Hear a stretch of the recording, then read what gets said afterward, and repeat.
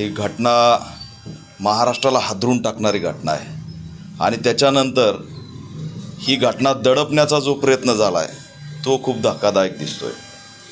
Poonam moon या 35 वर्षीय आहेत. हालाकीची परिस्थिती आहे, लेकराचं शिक्षण आहे आणि कुठंतरी 12,000 रुपये महिन्याने तिथं नोकरी मिळती म्हणून 5 किलोमीटर रोज जाऊन आपलं त्या कार्यालयामध्ये बॅक ऑफिसला काम करायचं आहे. 15 वर्ष झालं लग्न होऊन, मुलगी आहे, मुलगा आहे आणि अतिशय खुश कुटुंब आहे. पण त्याचं जे काही क्रूरता दिसते ती एवढी भयंकर आहे की त्या क्रूरतेला संतोष देशमुखच्या हत्याकांडाशी जोडलं पाहिजे. चेहऱ्यावरती 56 वार. तो पोस्टमॉर्टमवाल्याने काकाला सांगितलं खाजगीमध्ये की चेहऱ्यावर 56 वार आहेत, हात मोडून टाकलेत आणि चेहरा हा वळकूच येणार नाही अशा पद्धतीने त्याच्या खोपडीवर सुद्धा वार केलेत. ही क्रूरता कशासाठी? हे साधं प्रकरण नाही, हे अफाट धक्कादायक प्रकरण आहे. ठीक आहे, त्याच्यात भांडण झालं, मीडियावाले त्यात प्रेस नोटवाले बघतोय मी, ईट मारली, 56 वार, आजूबाजूला कोयतं पडलंय, रोहाड पडलाय, दांडे पडलेत, बॅटचे 2 तुकडे झालेत. म्हणजे किती तास तिला छेळ करू करू करू करू मारलंय. आमची ताई 2 दिवस गायब होती. तो हरामखोर ॲडव्होकेट संजय सावंत यांनी कोणत्या विचारातून हा हत्याकांड घडवलंय? हा 2 नंबरचे कामं राबवणारा वकील होता. त्याच्या काही गोष्टी या ठिकाणी महाराष्ट्राला माहीत आहेत का? त्याच्या काही गोष्टी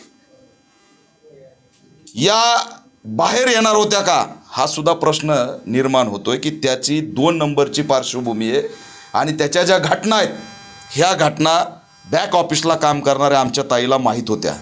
म्हणून हे प्रकरण प्रेम प्रकरणातून झालंय, अनैतिक संबंधातून झालंय. हा सगळा फेक नेरेटिव्ह सेट केलेला आहे.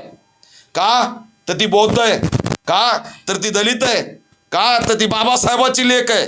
आणि हत्याकांड क्रूरपणे झालंय हे जर बाहेर आलं तर महाराष्ट्रामध्ये लोक रस्त्यावर येतील, कायदा व सुव्यवस्थेचा प्रश्न निर्माण होईल. म्हणून पोलीस यंत्रणेसहित सगळ्यांनी हे प्रकरण दाबण्याचा प्रयत्न केला आहे असा माझा थेट आरोप आहे. हे प्रकरण दडपण्याचा प्रयत्न आहे. कसं काय शक्य? एवढे वार हे एक महिला वार करू शकत नाही. कुणी मारलंय? किती स्पॉटला मोबाईल लोकेशन ॲक्टिव्ह होते? हे 1-2 जणांचं काम नाही. विल्हेवाट लावण्यापर्यंत मजा जावा. कुठं आहे कायदा व सुव्यवस्था आणि पोलिसांचा धाक? तुम्ही तिचे हात पाय मोडून पोत्यात भरण्याची व्यवस्था सुरू. सुदैवाने हे 2 जण तिथं तपास काढत गेले ऑफिसला म्हणून बॉडी सापडली, नाहीतर त्या ताईची बॉडी सुद्धा भेटली नसती. आयुष्यभर हे फक्त फिरले असते शोधत, काही तपास लागला नसता. अतिशय थंड डोक्याने प्लॅनिंग करून, सुनियोजित कट करून, कुणाच्या तरी शार्प त्या ठिकाणच्या गुन्हेगारामार्फत म्हणा किंवा शार्प पद्धत वापरून त्यांचा चेहरासुद्धा ओळखू येऊ नये अशा पद्धतीचा हल्ला करून तिला संपवलेला आहे. हे क्रूर हत्याकांड आहे, निर्दयी हत्याकांड आहे आणि याच्यामध्ये अनेक आरोपी असण्याची शक्यता नाकारता येत नाही. तो तो आपला सावंत दिशाभूल करतो. जा, तुझी बायको गार्डनला असेल, चक्कर येऊन पडली असेल, नाही बटाट्याच्या गाडीवर बसून गेली असेल. त्याला 2 दिवस फिरवलं हो. का तर त्याला बॉडीची विल्हेवाट लावायची होती. त्याला बॉडीची विल्हेवाट लावण्यासाठी कुटुंबाची दिशाभूल केली आणि खुशाल हे प्रकरण दडपण्याचा प्रयत्न व्हावा. या प्रकरणाची दखल राज्य सरकार घेणार आहे की नाही? गृहमंत्री बौद्धांच्या महिलांचे हत्याकांड होत आहेत, कधी न्याय मिळणार आहे आम्हाला? काल रडत होते ना नारी शक्तीसाठी. हा कोण आहे? ॲडव्होकेट संजय त्या ठिकाणचा सावंत. हा रामखोर नराधम भारतीय जनता पार्टी भाजपचा विधी शाखेचा अध्यक्ष भाजपचा आहे आणि भाजपचे लोक नारी शक्ती बिल माघारी गेलं म्हणून रडतात कालपासून. कुठे नवनीत राणा? दलितच आहे ना ती. दलिताची महिला मारली, तिला कळतंय? भाजपचा पदाधिकारी आहे. कुठे चित्रा वाघ? रडा ना. नीलम गोरे रडा ना. दलितांसाठी नाही रडायचं. कसं जागणार आहे लेकरू? हा, काय काय तिचं आयुष्य कसं जाईल पुढं? आपल्या आईला हळहळ करून मारलंय, या दुःखामध्ये ती कशी जाईल पुढं?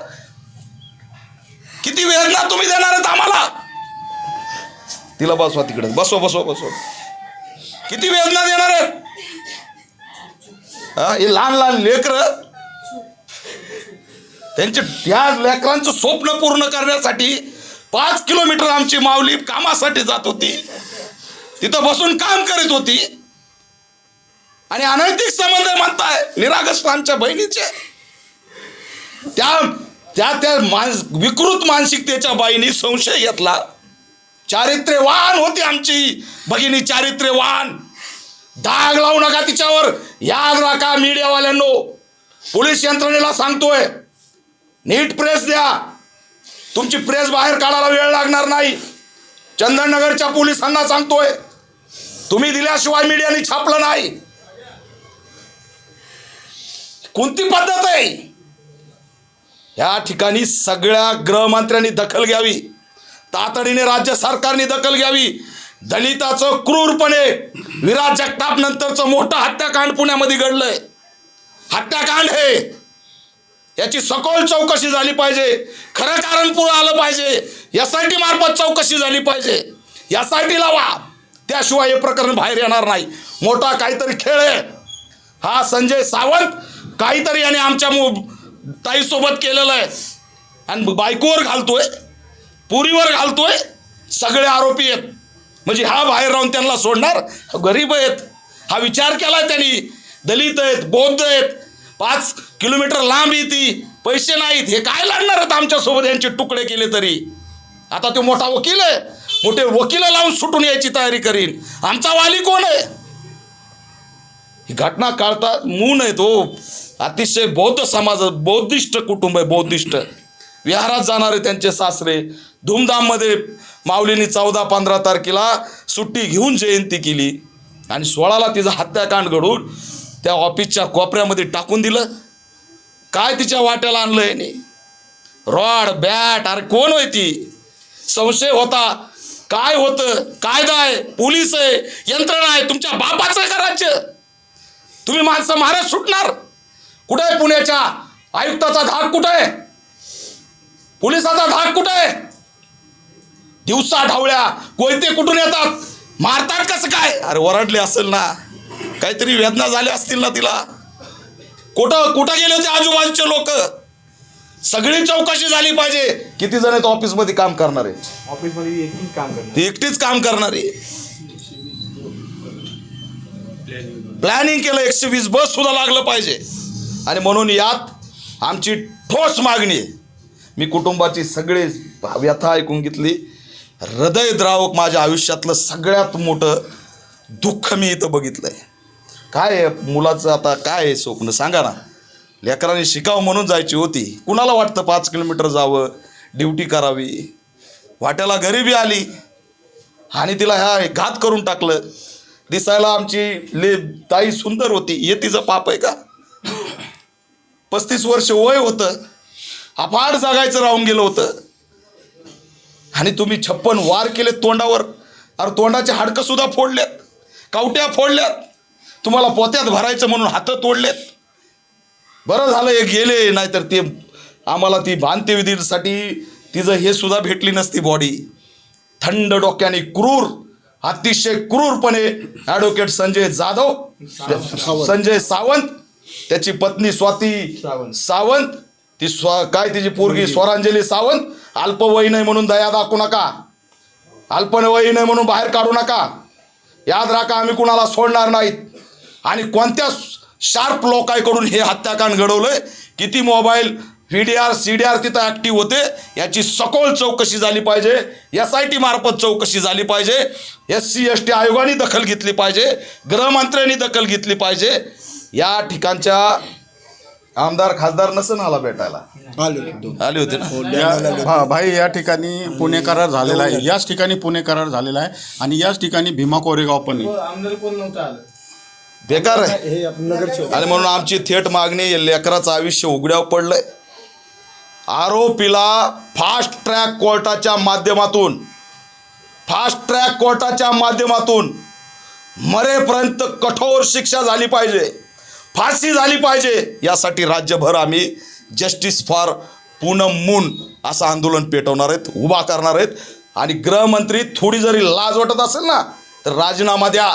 नैतिक जबाबदारी नाही तुमची तिथं बसण्याची. दलितांचे मुर्दे पडायला लागलेत.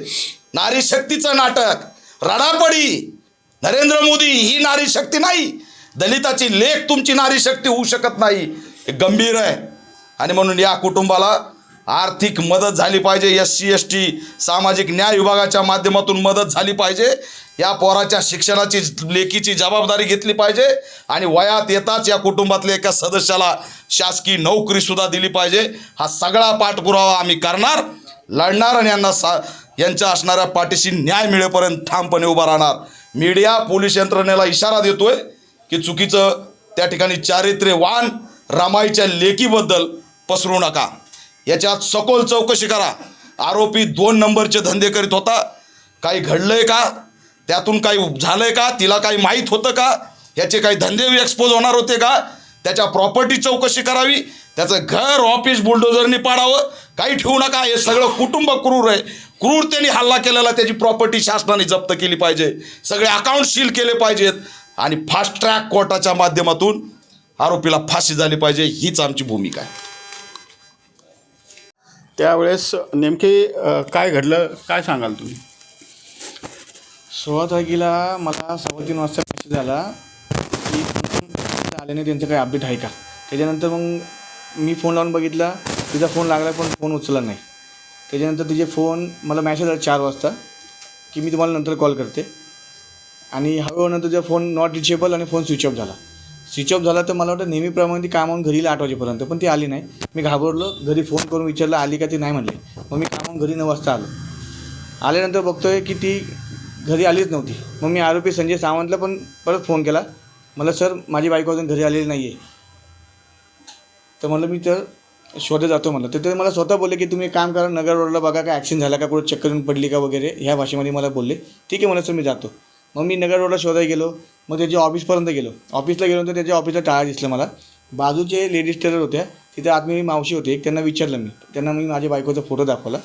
तर ते म्हणाले की ह्या तर आज ऑफिसला आल्या नाही, पण आरोपी संजय सावंत यांची बायको स्वाती संजय सावंत आणि त्यांची मुलगी स्वरांजली संजय सावंत ह्या ऑफिसमध्ये दुपारी आल्या होत्या. आणि नंतर मला ऑफिस बंद करून जाताना दिसल्या, अशा त्या मावशी बोलल्या. मग त्याच्यानंतर तेव्हा लगेच मी संजय सावंतला फोन केला. म्हणलं सर तुमचं ऑफिस बंद आहे आणि मी सर आता चाललो म्हणलं पोलीस चौकीला. ते म्हणले एक काम करा, एवढी घाई करू नका, तुम्ही एक काम करा वागेश्वरला जाऊन बघून या. मॅडम कधी काही तिकडे जाऊन बसतात एकट्याच, तिथं येऊन चक्कर बिकरून पडले असेल तर बघा, अशा भाषेत त्यांनी मला बोलले. मी त्यांचं ऐकून तिथे गेलो बघायला. तिथं पण मी झालेला प्रकार बाजूला विचारला सगळ्यांना. ते म्हणले असं काहीच नाही झालं इथं आज. मग मी तिथं म्हणलं सर आता बस झालं, मी जातो चंदननगरला, सॉरी लक्ष्मीनगरला जातो चौकीला कंप्लीट करायला. तेव्हा पण त्यांनी माझी दिशाभूल करायचा प्रयत्न केला. मला म्हणले की आता चौकी जायची गरज नाही सर, मी माझ्याकडनं प्रयत्न करतो म्हणले, थांबा तुम्ही थोडं. म्हणलं नाही सर आता मी जातो. मग मी शास्त्रीनगरला गेलो तर ते म्हणले की तुमचं लक्ष्मीनगरला जायला लागेल, तुमचा हा भाग नाही पडत. तर मग मी लक्ष्मीनगरला गेलो. त्यांनी माझा सगळा जबाब लिहून घेतला, फोटो घेतले माझ्याकडनं आणि म्हणले उद्या सकाळी 10 वाजता या. 10 वाजता गेल्यानंतर ते मला म्हणले की कॉल रेकॉर्डिंगला टाईम लागेल, 3 दिवस लागतील. तर मला सर मी 3 दिवस थांबू शकत नाही, तुमची टीम आत्ता माझ्यावर चला, आपण शोधकाम चालू करू. तर ते मला काय म्हणले की सर आमचे अजून मोठे साहेब यायचे आहेत, तर तुम्हाला अगर पॉसिबल असेल तर तुम्ही प्राथमिक चौकशी करा जिथं तुम्हाला डाऊट वाटतो. तर मला सर ठीक आहे. तर मग मी वडिलांना फोन घेतलं, त्यांना म्हणलो आपण ऑफिसला जाऊ. पण तिथून मी सावंतला आरोपी संजय सावंतला फोन केला. तर ते म्हणले सर ठीक आहे तुम्ही चौकशी करा, मी ऑफिसला गेले ना तुम्ही तर मी माझ्या घरच्यांना चावी घेऊन पाठवतो, हा भाषेत त्यांनी मला वापरले शब्द. तिथं जेव्हा गेलो मी ऑफिसला तेव्हा बघतोय की ऑफिस ऑलरेडी उघड होतं. मग मी त्यांना फोन केला सर तुम्ही तर म्हणले की चावी घेऊन पाठवतो, ऑफिस ऑलरेडी उघड आहे. मग उघड का ऑफिस म्हणलं मी तुमचं. तर त्यांनी मला परवानगी दिली, म्हणजे उघडा म्हणजे तुमची मनाची खात्री करून घ्या. मी ऑफिस उघडलं तेव्हा मला आतमध्ये जो प्रकार घडला तो खूप भयंकर होता. अंधार होता ऑफिसमध्ये बाहेरच्या रूममध्ये. आणि जेव्हा मी आतमधल्या रूममध्ये बघायला गेलो तेव्हा बघितलं की पोत्यांनी काहीतरी झाकून ठेवलं होतं आणि रक्ताची ठशी भिंतीवरती आणि फरशीवरती होती.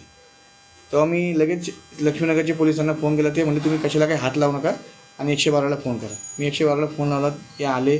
त्यांनी पंचनामा करता करता ते पोते काढले आणि मला तिने म्हणले की बॉडी वगैरे तुमच्या बायकोची आहे.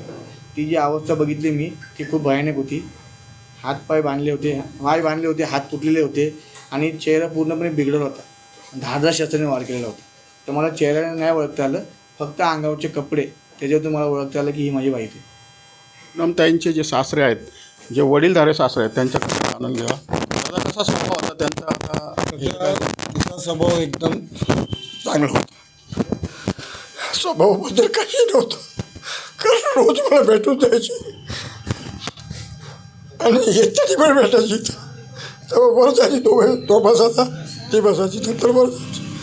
मला विचारायचं, म्हणायला मी चिडवलं तर चिडायची, लगेच हसून वर जायची.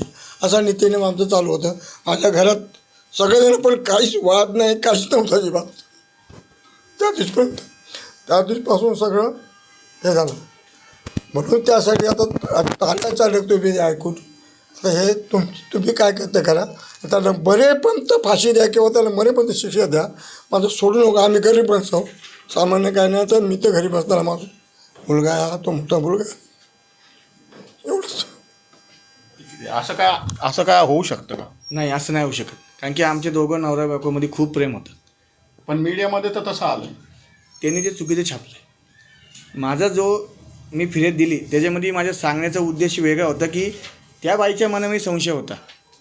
ती बाई म्हणजे विकृत प्रवृत्तीची बाई होती. ते आरोपी संजय सावंतची बायको जी होती ती दिसायला काळी, चेहरा तिचा एकदम विकृत होता आणि माझी बायको दिसायला सुंदर. तर ती आधीपासून तिच्या नजरेमध्ये खूपच होती. तर त्याच्यामुळे तिच्या मनामध्ये ही शंका आली होती. मग माझं एक म्हणणं हेच आहे, अगर तुला जर का शंका आली तर तू माझ्या बायकोला मारण्यापेक्षा तू तुझ्या नवऱ्याला का नाही मारलं? हां, किंवा मला का नाही सांगितलं? तुला जर का माहीत होतं, तुला जर का असं वाटलं तर तू तुझ्या नवऱ्याचा खून करायला. माझ्या बायकोला अशा पद्धतीने का मारलं? आणि जे मी सांगितलं तर ह्या मीडियावाल्यांनी त्याचा वेगळा अर्थ लावला की त्यांनी डायरेक्ट प्रेम संबंध आहे, अनैतिक संबंध आहे असं त्यांनी छापून टाकलं. हे चुकीचं आहे. माझं सांगण्याचा उद्देश हा होता की फक्त ती बाई चुकीची आहे, संशय. तिच्या मनामध्ये संशय होता. ह्या दोघांचं तसं काहीच नव्हतं. या ठिकाणी